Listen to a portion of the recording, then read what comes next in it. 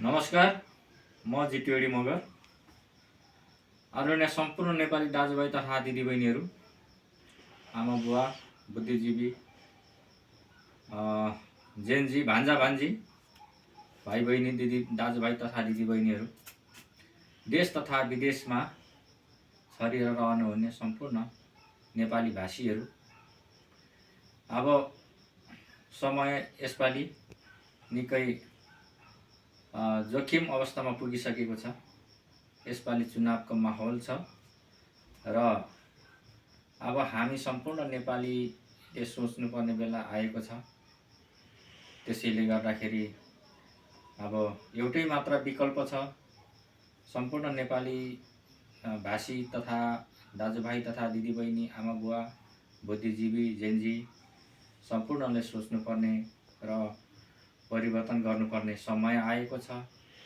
त्यो एउटै मात्र विकल्प छ। श्रम संस्कृति पार्टीलाई हामीले सक्दोभन्दा सक्दो यसपालि भोट दिएर जिताएर श्रम संस्कृति पार्टीका अध्यक्ष हर्क साम्पाङलाई यो देशको प्रमुख बनाउनु पर्ने अवस्था आएको हुँदा म के अनुरोध गर्न चाहन्छु भने अहिले चुनावको माहौलमा सबै पार्टीका नेताहरू, सबै पार्टीका कार्यकर्ताहरू गाउँ गाउँमा, टोल टोलमा पसेर भोट मागिरहेको हामीले देखिरहेका छौँ र सबैलाई अवगतै छ।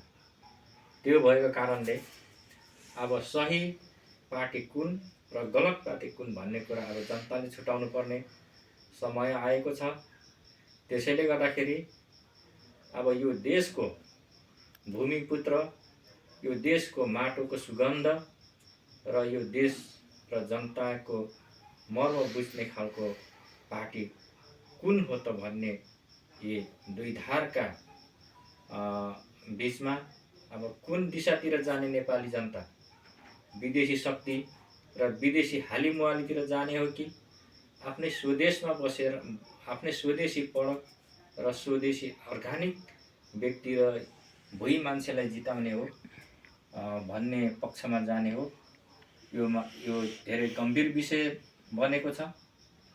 म चाहन्छु सम्पूर्ण नेपाली दाजुभाइ तथा दिदीबहिनीहरूले श्रम संस्कृति पार्टीलाई रोजौँ र चुनाव चिन्ह माटोमा भोट हालौँ र श्रम संस्कृति पार्टीका अध्यक्ष हर्क साम्पाङलाई यो देशको प्रमुख बनाऊँ र हाम्रो यो पूर्व क्षेत्रका मोरङ जिल्ला क्षेत्र नम्बर 1 मा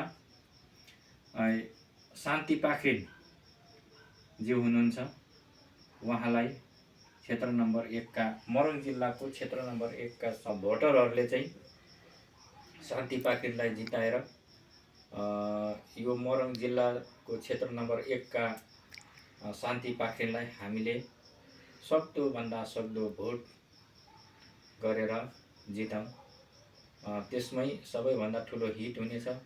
शान्ति पाखरिनको ठुलो योगदान यस क्षेत्रमा छ। उहाँले धेरै सामाजिक कामहरू गरेर यो क्षेत्रलाई अगाडि बढाइरहेको छ र उहाँ एउटा जुझारु युवा एकल महिला पनि हुनुहुन्छ। उहाँलाई हामीले अब चिन्नुपर्छ, उहाँलाई अवसर दिनुपर्छ र उहाँले यस क्षेत्रमा ठुलो योगदान गरेको सबैलाई अवगतै छ।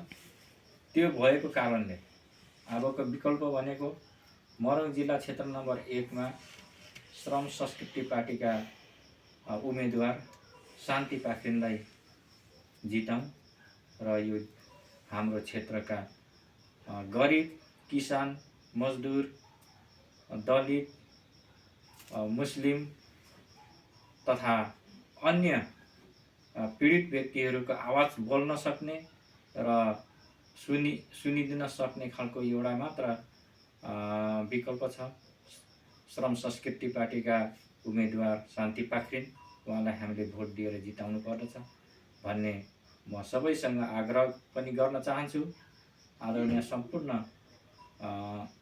लेटाङवासीलाई सबैभन्दा धेरै मेरो अनुरोध के छ भने लेटाङवासीले अब विकल्पको रूपमा अब कुन दिशातिर जाने भन्ने